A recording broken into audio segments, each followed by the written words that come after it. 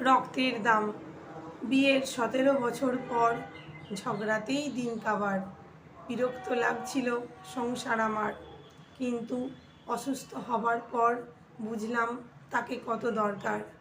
সারাদিন কাজকর্ম, নেওয়া হয়নি নিজের যত্ন।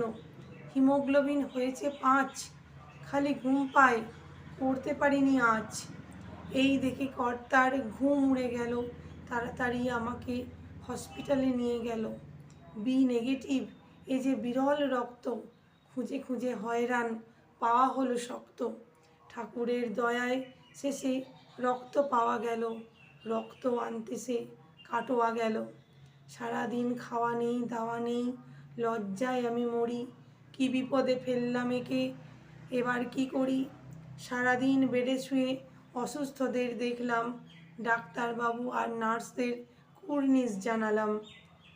এনাদের মধ্যে দিয়েই ঈশ্বর মানুষ বাঁচাচ্ছে, এটাই হলো মন্দির আমার কাছে।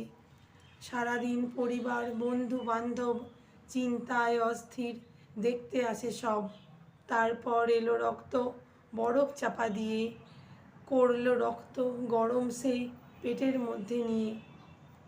সেই রক্ত নিয়ে প্রাণ ফিরে পেলাম।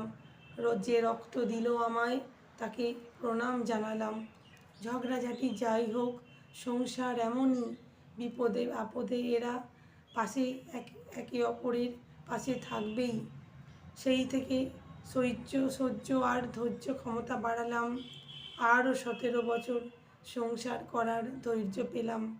সংসারে শান্তি অশান্তি সবই থাকবে, মেনে নিয়ে হাসি মুখে চলতে হবে। দুটো কথা বলতেও হবে, দুটো কথা শুনতেও হবে।